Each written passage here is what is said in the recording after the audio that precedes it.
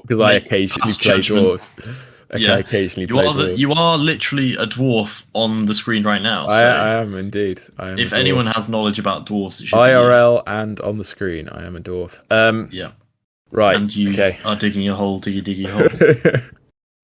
Like Whole Dwarf. Oh, you had to be there for Whole Dwarf. What a man.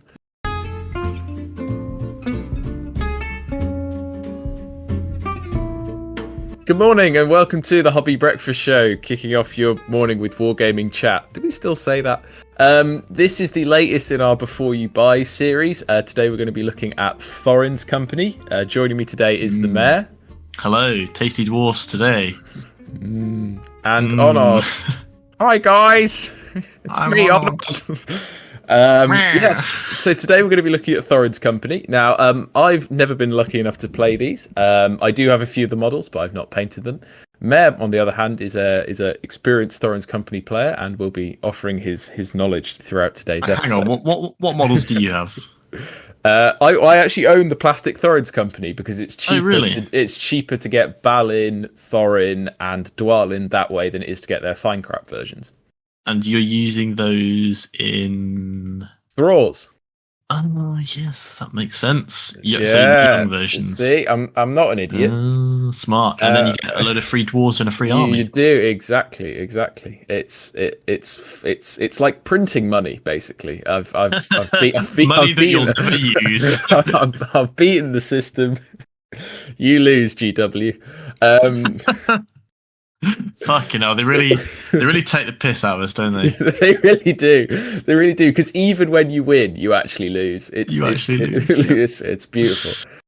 So Thorin's company. It's based on the hit movie trilogy, The Hobbit, starring Martin Freeman and some of you may have seen it. Yeah, not necessarily fond memories, but definitely memories of it. Not sure it's starring Benedict Cumberbatch. Yeah. He was the dragon. Wasn't even in the first movie. It's okay. Anyway, what you'll need for the rules, you'll need the rules manual and you'll need the armies of the Hobbit. Nothing else. There's no Legendary Legion or anything. Maybe there should be a Legendary Legion, but given there is already a faction specifically named after it, possibly not. This is basically the same as a Legion, but without the cool rules. Without any cool rules. Yeah. Right. Is it weird that we're putting the rules manual on every Before You Buy? I suppose you do actually because you need it. Manual. It's not like Star Wars Legion where you get the rules baked in. So, what's it going to be like to play? It's all hero, so you're going to be running around with a lot of might. You're elite and obviously very hero heavy. And slow. Yes, it's very stumpy and actually not much march. Anyway, we'll come on to that later. Ease of collection and painting's very, very straightforward. It's possibly one of the cheapest armies in the game to run. It's got to be close, isn't it? Because if you buy the plastic one, it's like 35 quid for 750, 800 points or something.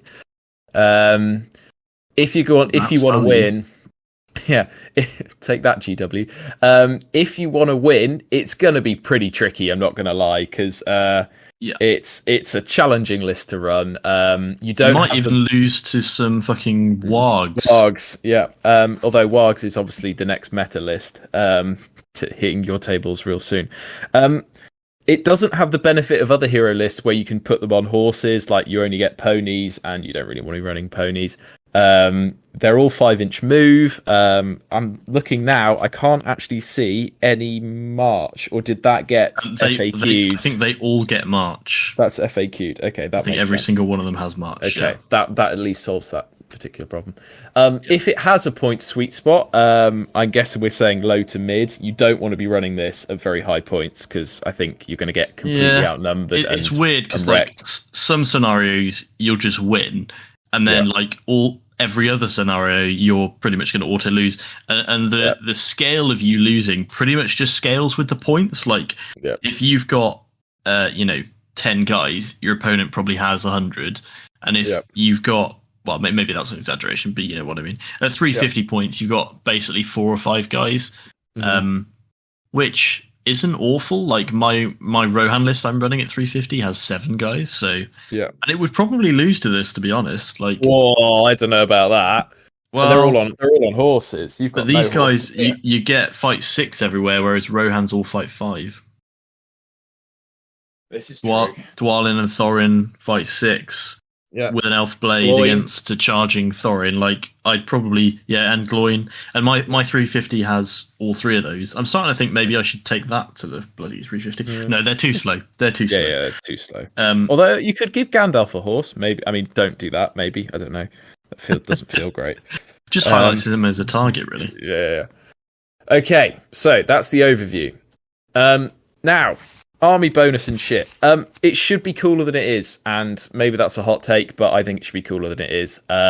If you're running something this fluffy and this limited, I think it should get something better than, especially while it's only within 3 inches. Like, I know you're probably going to be quite balled up anyway, but the fact you're only getting to, it's effectively the fainting, isn't it, that you get for free while you're. I reckon they should be able to march but still charge. Because that's still only 7. That's no. What is it? 8 inches. Yeah. So they're like basically they're like Mer's Marauders. You're just Marauders, yeah. But you're having to spend might to do it. So I feel like it would be. There you go. That's not something I'd anticipated. The also, Alliance. Sorry, just before. Basically, this rule applies, as in the reroll ones, applies to everyone except for Gloin because he has it baked in. Yeah. Does it count on Thorin himself? I guess it does, because he's within 3 inches of himself. Okay. Yeah. Well, that's something. The alliances are quite nice, and maybe this is where, a bit like Fellowship, maybe this is where you're actually going to see them being included, possibly. Don't really know. Not really. Well, even that, because you can you take Reclaimed, and you take Thorin on Goat because he can combat every fucking turn. And he gets heavy armor and shit as well, doesn't he? Yeah, that's probably cooler. You don't take this unless you're being super fluff. Yeah. And even Misty Mountains. I guess Eagles with this, maybe, but yeah. I tried that, as I mentioned earlier. Didn't go amazingly. I feel like it could have gone okay, but no, it didn't go well. I think because we ran into our doubles in Cardiff, we ran into a Dwarves and Eagles list, and I think the theory is that Eagles shore up some of the weaknesses of Dwarves. But again, losing army bonuses. The problem is because you end up with a force that's actually quite divided, because one half is moving so quickly and the other half is moving so slowly. I guess you can't really work together that effectively. Convenience are pretty standard. Fangorn, Thranduil, Iron Hills, Lothlorien, Radagast's Alliance. Interesting. Does that include Bears or Bjorn? It does, doesn't it? It includes Bjorn. I don't think it includes Grimbeorn. Grimbeorn, yeah. Okay. Rivendell, Survivors of Lake Town, White Council. Should they be historical with Rivendell, given they literally stopped there while they were on the journey? I was just thinking this. I was just thinking, and also with Halls of Thranduil, but to a lesser degree. Because eventually that was pretty antagonistic while they were in. Yeah, I was thinking actually maybe they should be impossible allies with Halls of Thranduil because really he wasn't happy, was he? I think Rivendell is borderline historical. Yeah. I mean, they worked together. They didn't really fight together. I mean, they were sort of on the same battlefield at one point. Yeah, when they disappeared into that magic rock. Remember? Yeah. No, that was a good scene. That was. I enjoyed that. Okay. The list's pretty straightforward. It's Thorin, Gandalf, Balin, Dwalin, Bilbo, Bofur, Bomber, Dorry, Philly, Killy, Gloin, Norri, Ori, Oin. There's definitely a order of preference in which you're going to take them. Like, some of these heroes are definitely more powerful than others. They all come in. How do you feel about the sculpts for these? I'm not crazy about them, but they're not like utter shit. Like they're not bad sculpts. They're just not incredible sculpts. Like Gloin is pretty nice. I kind of like Gloin. Yeah. Some of them are a bit funny, like Bomber. Gandalf and Bilbo are okay. Are okay. They're like classic poses. And then the rest is sort of just doing like slightly weird, uncomfortable looking poses. Dwalin's okay. Thorin, like, what is he doing? Is he like he's leaning forward really far, like he's stuck behind a counter, but he's trying to like cut reach something over. that's really far away, and he's like, just like reaching over. I don't know. It's a bit weird. How do you feel about them? This is actually maybe one of my favorite Gandalf sculpts. I don't know. Yeah. Like, I think he's his for such an iconic character. I think he's been done over a few times with the sculpts. Bilbo's looks okay. Like, I think the detail's fairly good. But yeah, the rest of them are much like their characters in the Hobbit trilogy, are fleshed out and beautiful, quite forgettable for the most part. I think, especially the fact you're going to be paying. I mean, after inflation, it's probably going up to like 35 or something. But paying 35 quid for this doesn't feel bad at all. Right, in-game pros and cons. You can have a lot of might points. Oh yes. Almost irrespective of what hero combination you take, you can end up with a lot of might points. If you take the right heroes, you're going to get some really nice combat heroes. Like, I think Dwalin and Gloin are probably your two main, like, absolute beatstick heroes who are just going to chop people up. If you take Gandalf, you've got decent access to magic. You can also put him on a horse, which is quite nice for casters and, you know, heroes in general. And yeah, the special rules, there's so much like synergy here, and so many like individual little things they've all got. It is quite cool and themey. Cons, movement. Obviously they've all got March FAQ'd, which goes a bit of a way. To be fair, 8-inch move with March is not catastrophic. I suspect in most scenarios you're going to have to be spending a couple of points of might on March at least to get where you need to be. You're almost always going to be outnumbered, I think, unless you're up against a very elite list. And yeah, as Mayor pointed out earlier, I think some scenarios, probably not impossible to win, but like virtually impossible to win. I'll almost beat Wargs at Reconnoiter, though. Yeah, but not quite. Not quite. 0% win rate. F.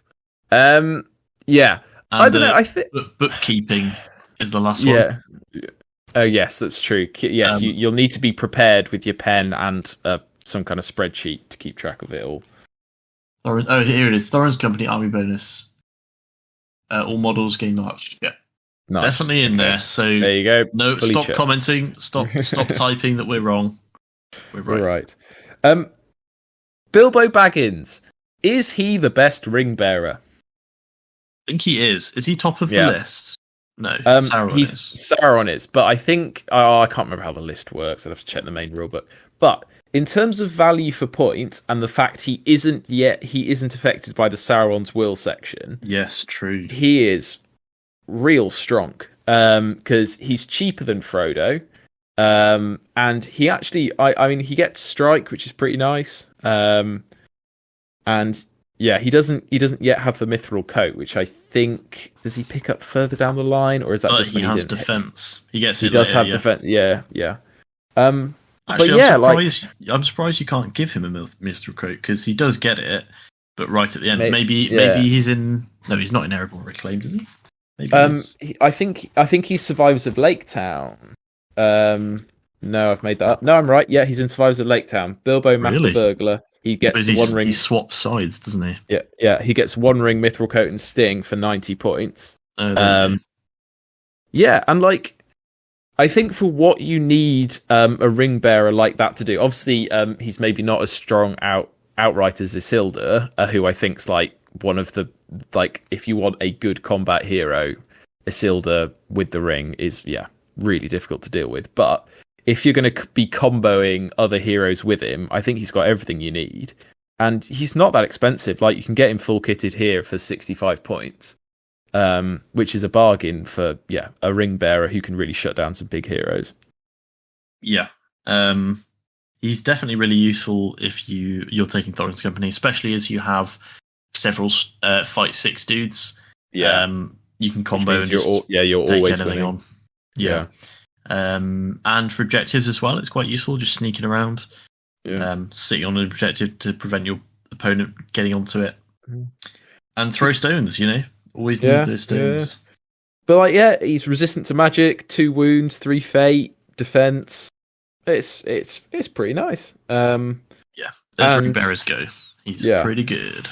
I think the problem would be you probably only fit him in at higher points level because you do need your heroes to be like quite active, and I think like he can't really stand up much by himself. Unfortunately, like he's only fight 3, strength 2, D3, so he is going to struggle if he doesn't have support. Well, his fight 3 basically means he can take on anything that's fight 5 or below. 5, yeah, that's true. That's true. But then he does only have 1 attack. Yeah, this is true. Whereas, like, Gollum has 2 attacks and his strength 4 at least. Yeah. And fight 4 base. Yeah. So, collecting pros and cons. As we talked about, plastic set, reasonable value, reasonable sculpts. It's great. And it's way cheaper than. I mean, like, it's less for all of these heroes than it is for, like, Forge World, Glorfindel, for instance. That's insane to think about, isn't it? Yeah. It's like Plastic Fellowship, even though they keep jacking up the price and the sculpts aren't phenomenal, it's still ridiculous value in the relative world of GW. Yeah. Yeah, and I don't know, I guess it can be kind of fun and interesting to paint. I guess you could kind of put your own spin on them if you want to. I think it's quite an easy task to take on. Like, the scale isn't too intimidating, and because it's all heroes and there's not too many repetitive sculpts, at least it should be quite interesting to paint. Not too much detail either. Like, enough detail for it to be interesting, but not so much that you're like freaking out. You need 1,000 colors. Yeah. There are some of those older. It's weird. Like, some of the older plastic sculpts have the worst of both worlds in that, like, they don't have detail on the bits you do want them to have, but then for some reason they just threw in like a million different little finicky details that just look rubbish if you do them in one color. So you have to go through, pick out all the individual bits.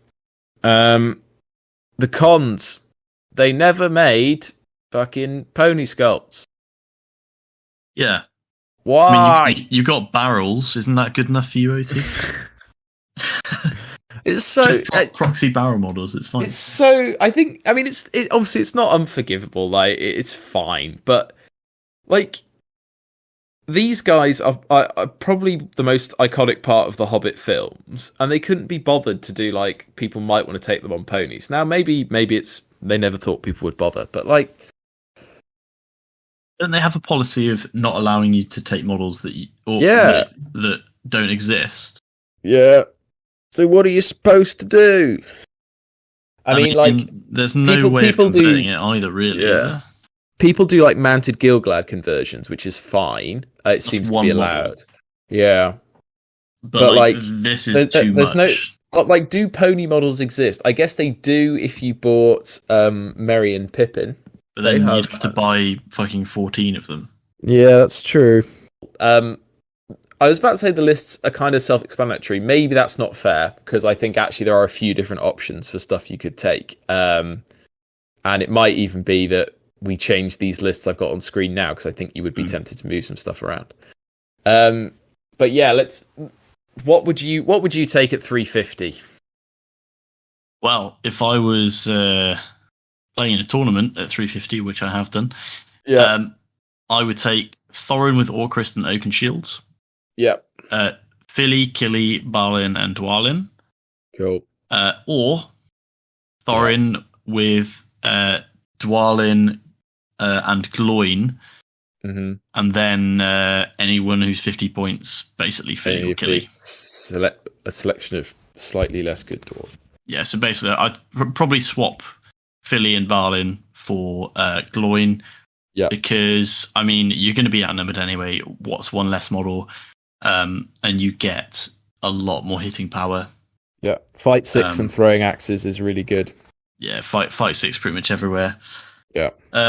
Thorin is really strong as a model. He is. For 100 points, he's excellent incredible. Value. Yeah, really good value. Dwarves just seemed like incredible value. Yeah. And the only downside is he's strength 4. Mm-hmm.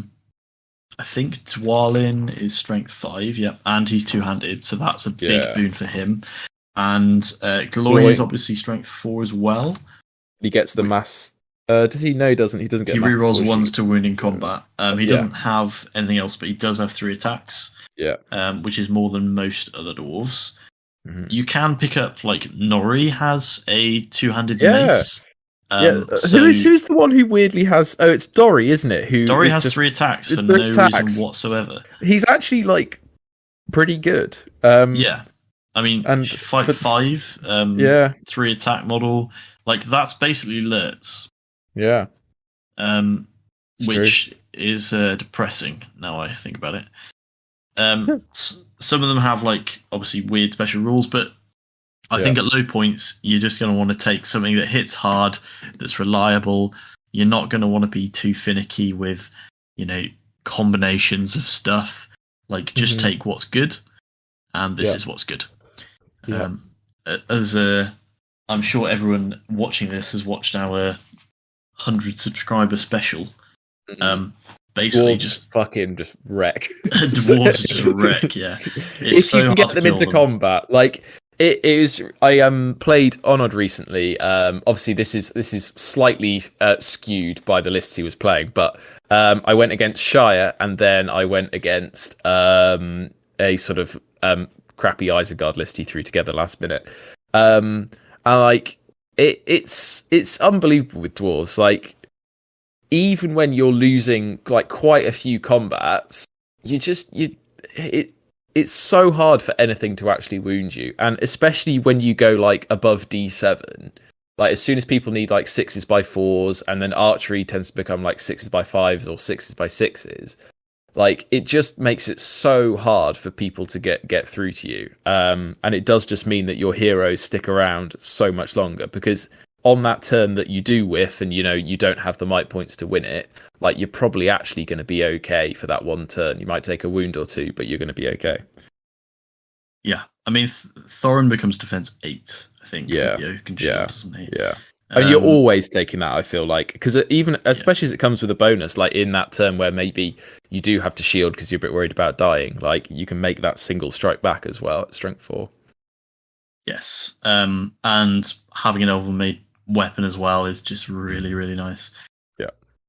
So Thorin's obviously always an auto include because of the army bonus, and he's probably the most efficient model points wise in the list. Maybe Dwalin challenges that a little bit, but only because of his +1 and his strength 5.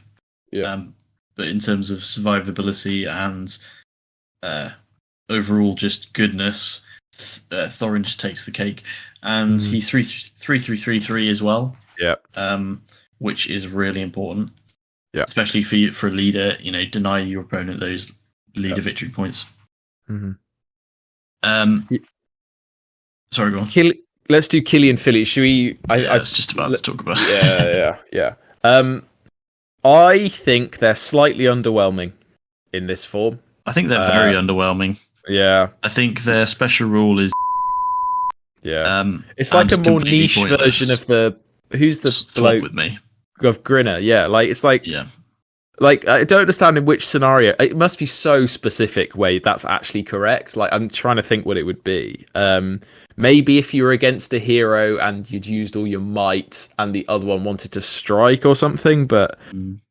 I mean, firstly, why isn't it a 3-inch range? Why do they have to be in base contact? Like, maybe that otherwise so much harder. Maybe there's a way it breaks the game or something if you held an objective and you could, like, teleport someone out or something. Maybe that was a thing. But why wouldn't it break it for Grinner and the Goblin King? It's a very good question. They're in the same book, for God's sake. Like, it's not like one came out at a different time. Yeah. I don't know what certain people were thinking. Like when they wrote this, when they're looking at Grinner and they're like, yes, this seems fine. Just swap with the Goblin King, and then you look at two like comparatively shit models and give them a worse version of the rule that isn't really going to help them anyway, because it's not like you're swapping a powerful model for a shit model where you can actually get one of them out of trouble. They're literally the same model. So, and they've only got 2 wounds each anyway. Like, what if one's wounded? You're gonna fucking. I suppose it doesn't cost a might, which is nice. I suppose that's the trade-off. Like, it's free, so I guess you can't complain. But they should get something else. would be my argument. Like one of them dies, the other gets rerolls to all wounds, something like that. Which is a rule that has precedent in other books. Yeah. Like, and it happens in the films. Like, I don't understand why unless they're deliberately trying to separate this out from Erebor Reclaimed, so that's when they get their, like, I don't know, death rule or whatever. But didn't even know they had that in there. I want to compare it because maybe they wrote that first, and then they were like, well, now we need a shitter version for when. I was more meaning because they died in Erebor Reclaimed, but they don't. I don't think they give them anything cool. It's the same rule. Yeah, it's the same rule. It's just combat synergy. It's just crap. What could they have instead that would be cooler? If the other one's trapped within 3 inches, the other one call heroic combat for free. Yeah, that would be nice. Like pretty much any other rule of a similar ilk would have been better. Yeah, but I'm not salty. Yeah, I mean, or if they're in base contact, maybe they get like a bonus to fight, or they count as being in range of a banner or something. Plus one to wounds. Yeah, plus one to wound would have been really good actually, because then they could actually kill stuff. Like they're just underwhelming, and like, maybe they're not. I don't think they're trash for their points. Like maybe they should be 5 points cheaper, but like you just need them to do more in this list. I think they're actually like if you put them in pretty much any other army, 50 points is really good. Yeah. I mean they're basically captain stats. Fight. So an Uruk-hai captain with one less defense, one less strength, one more courage. But they come with throwing axes and they get strike. Yeah. So they're like maybe borderline better than an Uruk-hai captain, but then they've got like a shit rule that they're not using basically, and they don't. Well, they get march. I was going to say they don't get march, but of course they do. Yeah. So they're okay, but yeah, a bit underwhelming. I wouldn't take them unless you're kind of a mid to high points level, because then you're going to want the extra strikes potentially. If you just got strike threats everywhere, then that's great. Yeah. Okay, let's do the next two. Let's do Balin and Dwalin. The last two are in this list. Conveniently done in book order, actually, which works quite nicely for this format. I was just thinking that as well. Balin is more of a utility hero than the others. His big oof is that strength 3 and the fight 4, I think. And the one attack. And the one attack. Like, he's only 40 points, though. He is only 40 points, and he does let you do his priority thing, which is cool. I don't know. I think if you compare him in terms of raw power, he's obviously not as good. But in terms of the utility he brings, and he is 2 wounds, 2 fate, but he's only D5. I think he probably brings something the list needs, maybe at slightly higher points, but perhaps at 350 he might be a bit of a burden. I tried fitting him in at 350. Obviously, my original list had him. Yeah. But at such a low points level, the risk of like losing a move off isn't as high, like or losing priority. Because really, you have the might to do a move off, every time, and you're gonna outlast your opponent in terms of move offs unless they have like Master Battle or something. So winning priority isn't actually as big a deal as it might be in some other armies. If you've got the points to spend on him, then I think it's worth it, because once your opponent is out of might and you don't necessarily want to have to use might to move, then you can just use this to reroll. And in some cases, you can actually use it to lose priority. Yeah, that was going to be my As we know, you can't choose to go second in any scenario apart from this if you get to reroll priority. Same as Elrond's thing, I guess. Yeah. Where he can modify it down, I assume. Can he modify it? Yeah, I think he can. Yeah. In some cases, you're going to want to lose combat. Lose priority. It's probably not as likely if you're playing Thorin's company, though, because mainly Cav armies want to go second so they can see where their opponents go and they can go just out of movement range. Otherwise, they're having to go out of twice movement range to account for this turn and the next turn. But with the dwarves, you're just hoping to go forward, really. I'm sure there are scenarios in which you would want to go second, in which case this is useful. Again, probably mid to high points level. Yeah. Yeah. But definitely like an interesting character and quite a unique one. Then Dwalin is like just such a like killy hero. He's the second hero you always take after Thorin, pretty much.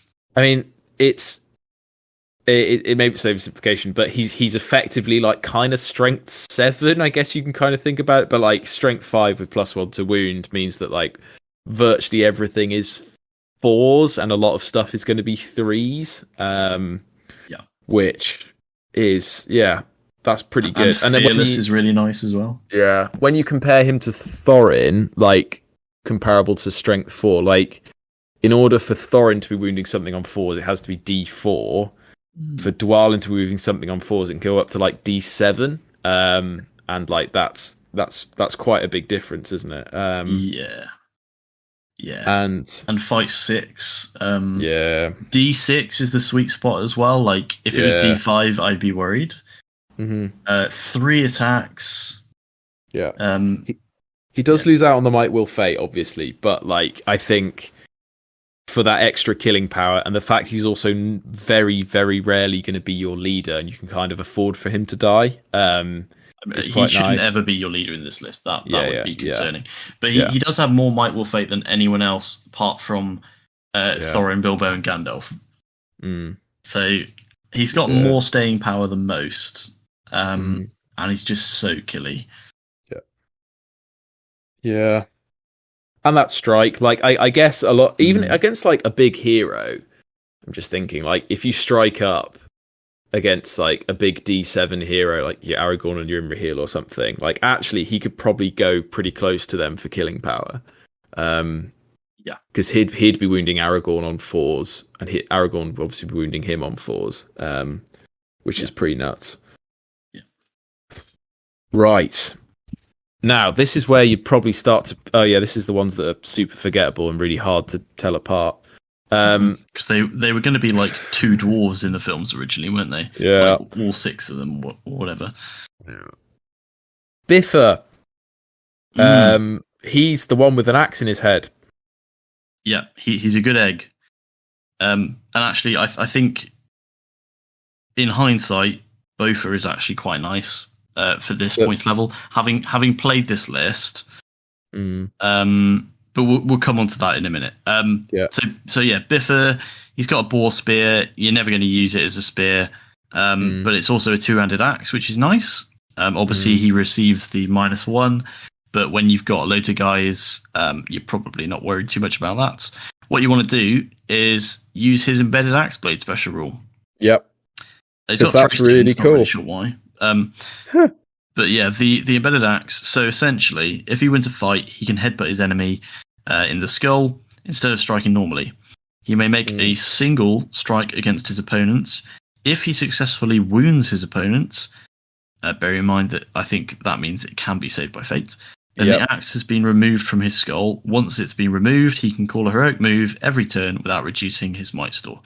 So basically, as soon as possible, you just stick him and like one of the dwarf that is fairly reliable that has 2 or 3 attacks without a -1, and you win the fight with them because Bifur's only fight 4. So if you want to stick it on like an elf or an Uruk-hai or something, you might need Dwalin or Thorin or whoever, and then you use Bifur to try and use 1 attack against them.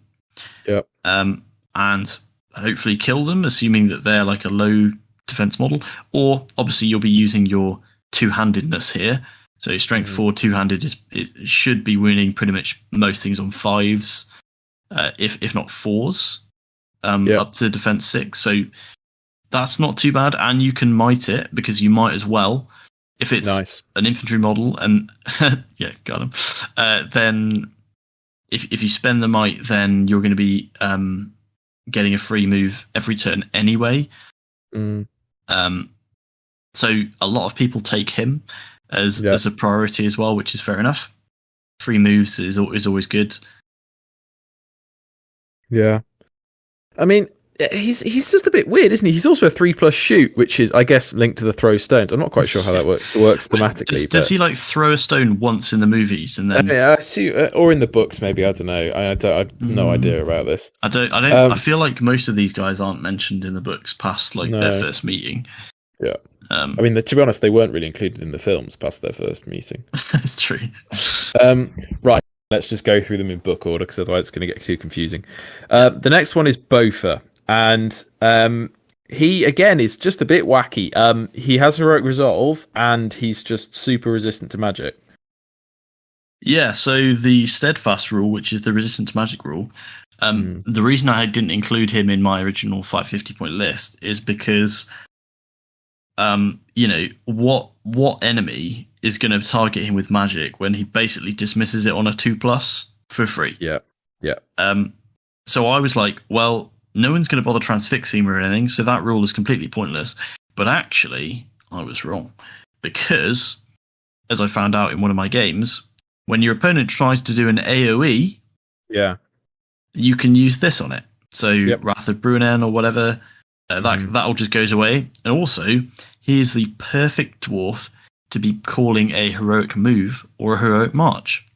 And it's because, if you do it, let's say you're marching, and your opponent's going first, your opponent wants to stop your march. He tries to transfix the guy who's calling march. Oh, wait, it's Bofa. And he ignores you on a 2+. Yep. So, actually, he makes moving and marching incredibly reliable if your opponent has magic that would otherwise mitigate that, and also protect all your little dwarves from OP AoE magic that you're not going to be able to avoid because you can't stop a horse coming in because you don't have the ranged capability to take it down before it gets to you, and you don't have the movement to ignore it. Yeah. So actually, both is quite a utility, and also he has a 2-handed weapon, which can use piercing strike. Yeah. So strength 4. Up to strength 5, 2-handed. The rest of his stat line's okay, and he's only 45 points. Yeah. So actually, I think he's fairly good. I think he's another, maybe like a bit more niche than Balin, but like actually, I feel like Balin, Bifur, and Bofa are all just like kind of utility heroes. Like, I mean, looking at some of the ones later on, they are just kind of they're quirky for sure. Yeah, it gets more quirky the further you get in. Yeah. Right, let's talk about Bomber, and I. Purely, purely. I've never played this, but I think he might be the worst one. Is he the worst one? I mean, pretty much the only thing he's got going for him is rogue defense. He's hard to kill. He's slow. He's got lumbering. Basically, he can never roll a 6, and he can't call heroic moves, which isn't a big issue because everyone else can call them. He's got Raising Spirits, which is the only thing that makes him interesting. But also, I played with Bomber in the 550, I believe, or maybe it was just the big list, I can't remember. But I never got to use it. Essentially, at any point in his move, you choose a friendly model in base contact with him, roll a d6, and on a 4+, they regain a will. Yeah. While you're kind of on the move, it's absolutely fine to put him, basically tag him behind either Gandalf, Balin, or Oin, pretty much. Yep. They're the only ones that are going to spend will in an excessive way. We'll come to Oin later. But yeah, that's pretty much it. The fact it's a 4+ is kind of frustrating because it's, I mean, make it a 3+ at least. Regaining a point of will isn't a really big deal when the only way to spend will is against magic, which, I mean, everyone's got will anyway, so that's not really a big issue. Or with these other rules, but those other rules aren't, like, they're not insane, so... Yeah.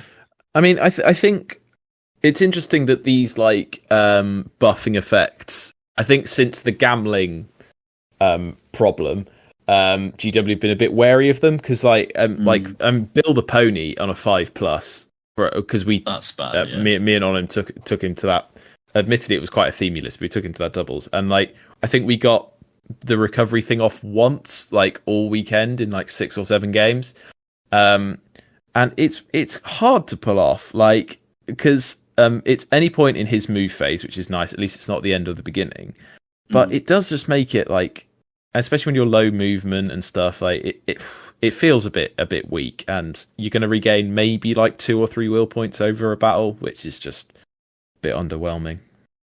Yeah. Yeah. So then we've got Ori. Yeah. The high rolling madman. The one that is a child in the movie. Yeah. So he's got 2 rules. One of them is slightly situational. Basically, his stat line's weak as shit, and he has 3 will for some reason. So anytime a member of Thorin's company slays an enemy hero or monster within 3 of him, that model immediately regains a point of might, will, or fate, your choice, that has previously been spent in that game. Pretty good, I guess. You just keep him near your guys who are trying to gank on enemy heroes, and you get a bit more might, probably, you're going to take. A bit more might back. It's a bit like Gilgalad's Blood and Glory. Yeah. But weirdly better and worse at the same time. Having the extra might on the table isn't as useful in this army as it might be others. But also he gives it to everyone within 3, which is nice. But yes, Deadeye is pretty fun. Why don't you tell us what that is?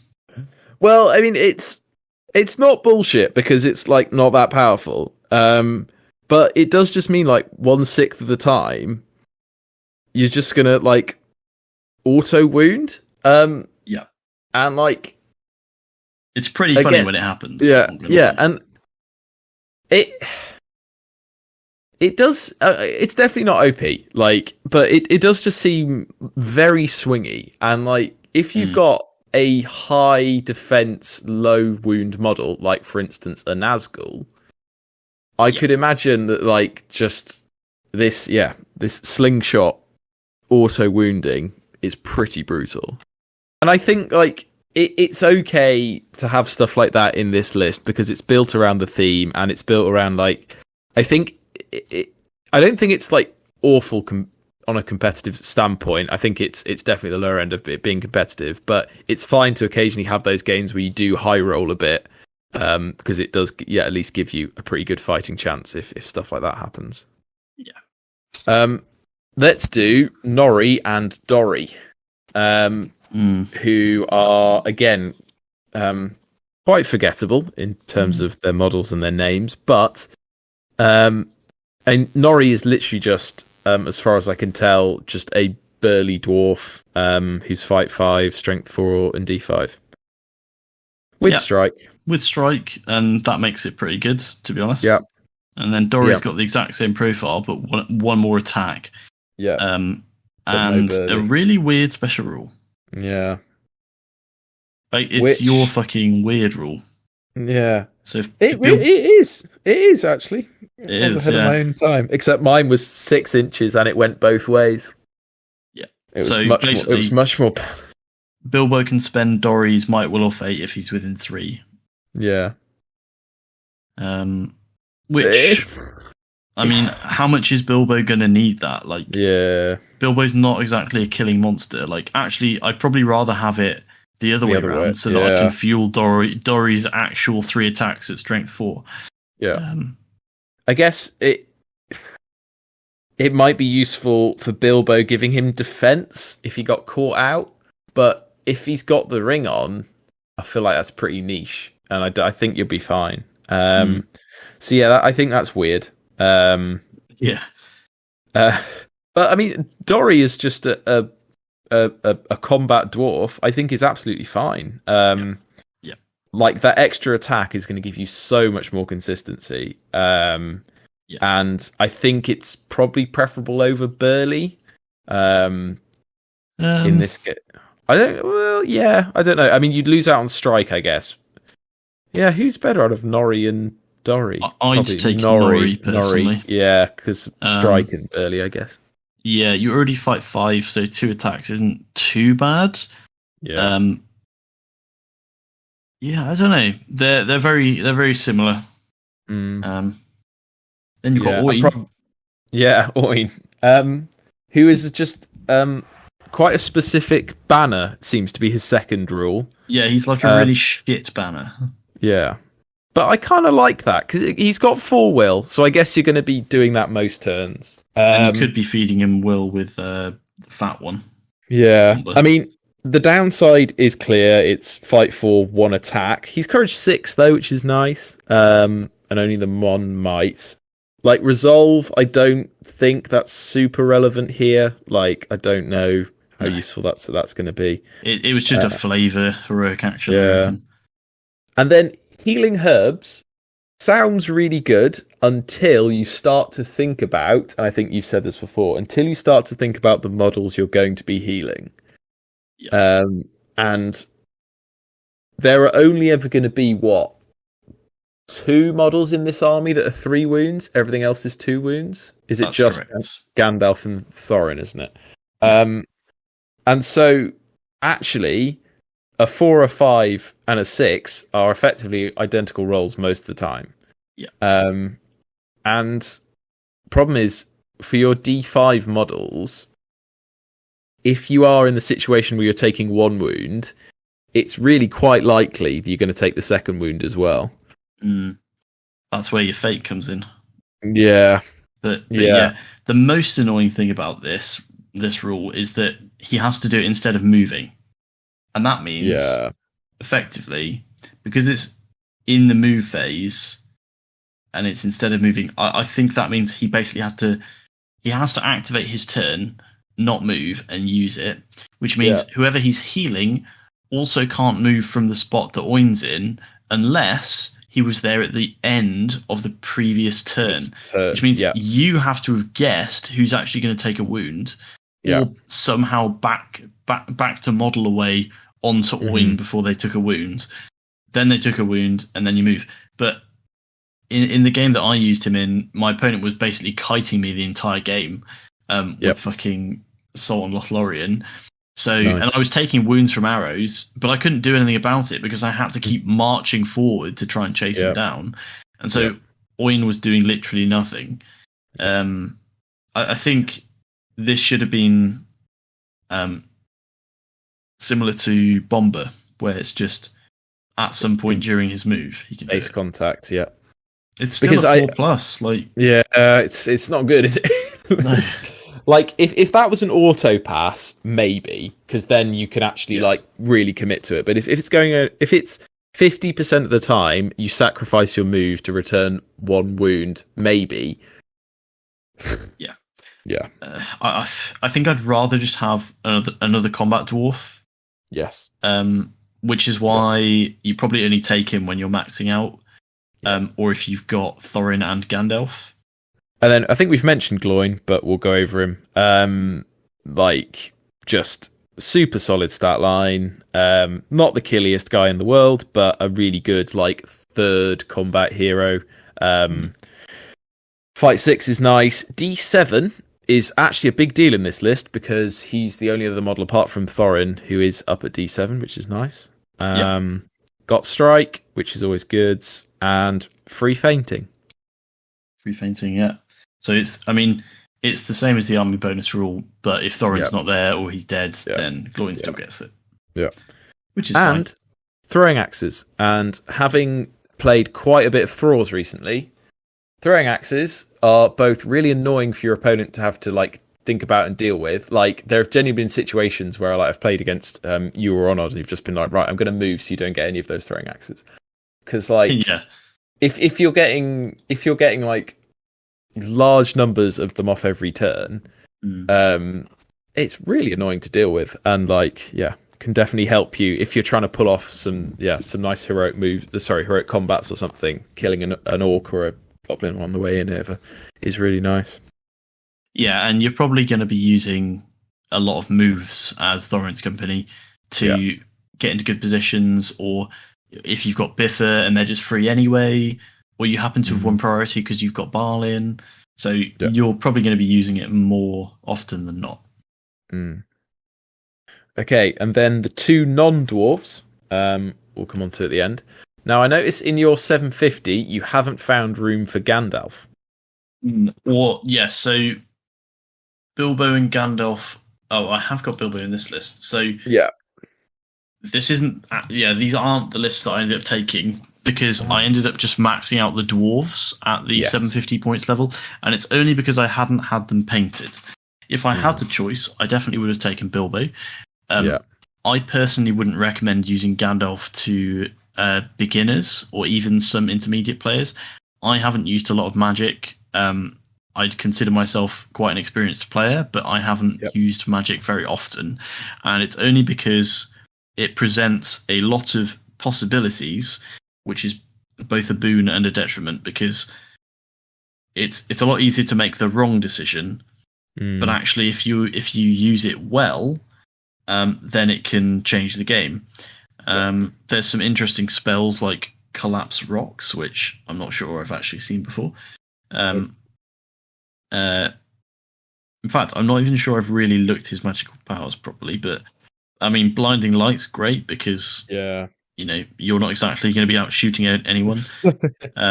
Terrifying Aura, you're not fast enough to close the gap, are you? No. Commands, pull someone out and combat off of them. Honestly, don't know what Protection of the Valar is.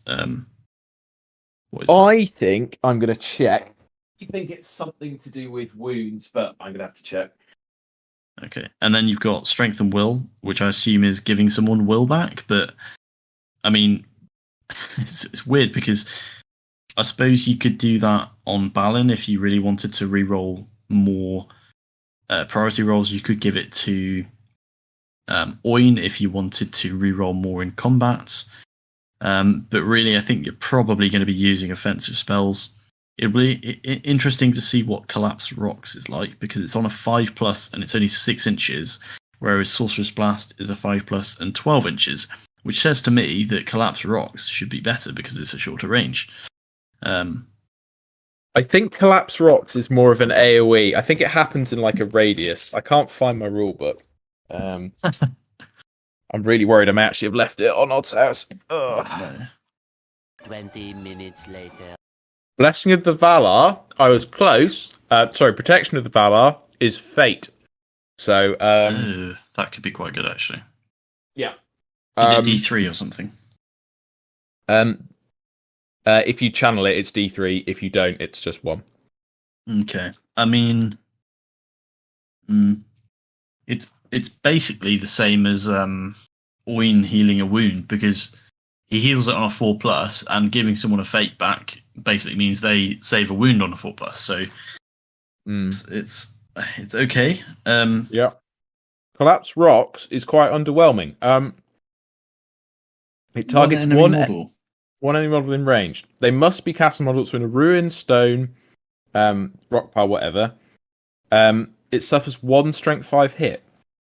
That's fucking awful. Why would you ever do that over Sorcerer's Blast? I thought Collapse Rocks was a AoE. I mean, if you channel it, it's everyone within 2 also suffers 1 strength 5 hit. So 2 inches AoE is probably in some situations better than Sorcerer's Blast with a knockback. Yeah. Because isn't Sorcerer's Blast just onto 1 model? So 1 enemy model within range, it knocks them back and does a strength 5 hit. If they hit another model, it suffers a strength 3 hit. Yeah, but then they stop, don't they? Yeah. So you can only really hit 2 models with Sorcerer's Blast. Yeah. Whereas but you can knock them prone as well, which this doesn't seem to do. Yes, true, which is also weird.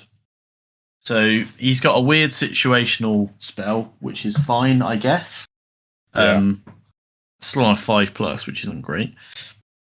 And Sorcerer's Blast, he's got all his usual wizard tricks, which is fine. Yeah. He's very expensive. Yeah, Strength of Will's quite cool because it can take them beyond their starting will amount. So I guess early game, if you were a long distance, just build up. And if you channel it, they get D3. Balin's just on 20 will. Yeah, or you could then put it onto Bomber. No, No, that's not how it works. Oin. No, you could put it onto Oin, and you want then to go to Oin because I found that I used Oin's will up really fucking fast. Like giving one model that banner. yeah. So maybe actually that's a combination. Gandalf giving it to Oin. Wait, what? It's a bit niche, but yeah, he's got strike, I guess. Like he's just not. I mean, he's not on a. I mean, you can give him a horse. I think you definitely give him a horse in this list. Yeah. You need that +1 on the charge. You need the knockdown. Yeah. I think Gandalf's going to have to fight. In this list, he will. He can't hide behind a battle line. Yeah. He'll be super fast as well. Like, imagine you're playing Recon or something. Like, you might even want to try and get Gandalf off the board. I don't know. Yeah. Or seize the prize. You're gonna use March and get Gandalf in the middle of the board, dismount turn 1, and try and pick up the prize. Gandalf's gonna be fucking doing everything, which also seems kind of thematic, to be honest. Yeah. The other thing is, and I guess if he is going to be in combat, because you got so much might and because you got balanced priority thing, I guess at least if you are charging him in, you're likely to be able to get magic off before you do it because you're hoping to nearly always have priority.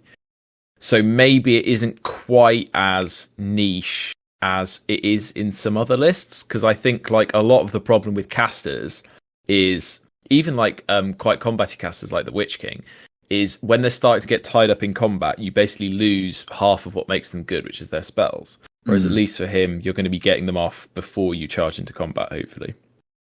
And with Terrifying Aura, he might prevent a few people charging him as well, so he won't get overwhelmed. Yeah. Is channeled Terrifying Aura, is that does that make it exhaustion? I think it makes you do it on more dice. I think that's what channeling Terrifying But is Aura it still does. just you, or is it you and friends? I will double check. Magical power.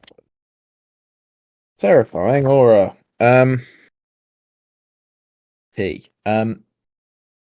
Targets the caster themselves. The power is in effect the caster causes terror. Channeled version is they take it on 3d6 and discard the highest. So it's only ever themselves, but it is exhaustion. Only ever themselves, but it is exhaustion. So you just cast it once and then you're terrifying? I'd be tempted to channel it because making them do it on 3d6 and discarding the highest does really, like, especially against low courage armies, that might actually give you like quite a bit of control over which combats. And then you can actually do spells and shit. Yeah. And obviously, if you have Ori nearby and Gandalf kills an enemy hero, he gets his might back anyway. So it's beautiful. Why isn't this list meta? Honestly, I think it takes someone with 5,000 IQ to win consistently. Yes. Well, to be able to win like many games at all, like it's pretty tricky. We've already spoken a bit about Bilbo. For my money, I think he's one of the best like options for a ring bearer. I think not having to deal with the ring rule is really nice, and again, just gives consistent. And being resistant to magic and having 3 will, that's pretty nice. I am just going to check the One Ring priority thing and see where he comes in it. I think he's pretty high up. Yeah, he'll be 3rd maybe behind Sauron and Frodo. Yeah, or is it sealed? I think it's sealed. I think young Bilbo might get it above Frodo. I think there's 2 versions. There's 2 Bilbos, is there? Let me check because I'll edit this out. So it goes Sauron, Isildur, Bilbo from Frodo, from Thorin's company, and Master Burglar from the Swiss Lake Town. Then it's Frodo, then it's Bilbo, and then Gollum at the bottom. So he gets it pretty. I mean, obviously, I think ring clashes are quite rare, but he's going to get it preferentially. I think the consistency is going to be really nice. The amount of times that I've rolled a 1 or a 2 with Gollum, I mean, it's a third of the time he has the ring on, which is a lot. And suddenly your opponent moves him away a turn, and then you hopefully pass it, take the ring off, have to move a turn forward again. So you've basically lost 2 turns there. And he's going to be, I mean, I was about to say he's 4-inch move, but actually in a 5-inch move army, that's not actually super impactful. No. And you're probably going to be marching a lot anyway, so that'll get him where he needs to be. Yeah, I think he's gonna be where you need him to be. I think Sting is unnecessary. You can take it if you want, but like his job isn't to kill stuff. His job is to deal with those bigger heroes. I think having it Elven Maid might make it worth it though. Yeah, Elven Maid in the fight. That's true. Because also if he's comboing with say like Dwalin on something, or not Dwalin, anyone with fight 5 basically, which actually might not be many. Oh no, yeah, it's basically all the dwarves. All the like middle of the road fighty dwarves, or even people who are fight 4. You could combo against them. Your opponent strikes up, even if they get up to 8. They're going to be equal to you, and then sometimes it might come in handy. And the +1 strength going to strength 3. Actually would make a difference for a lot of stuff that's defense 4 or 5, because if they're defense 4, you're winning them on 5s, right? Whereas if they're defense 4 and you're strength 3, then you're killing them on still 5s. But sorry, it's the difference between defense 4 and 5, isn't it? Yeah. Which is basically anything without a shield for the most common armies like Rohan or goblins or so it can make a difference. And I guess if you've got the points left over, because this is the sort of list where your options for war gear are basically 0. It's basically Thorin and Bilbo and Gandalf's horse. Yep. So you're going to pick your heroes, and then if you've got points left over, or if you don't mind sacrificing a dwarf, then to kit them out, basically Thorin's 15 points. Gandalf's 10, Bilbo's 10, so 35 points. Oh no, that's Pony if you give Bilbo. So it's only 30 points. So you could get rid of a dwarf, but then you'd have points left over. So I don't know. You could get them out, or you could not. But yeah, Sting's pretty low on the priority list, I think. Right. That's the end of our pre-prepared slides. We've got a decent amount out of that. I was quite cynical. We get an hour, and I think we've got like an hour and 10. So that's good. Cool. I think that's it for today's episode. Thank you for listening. If you're new around here and this is the first time you've come across us, welcome. Drop us a like and subscribe.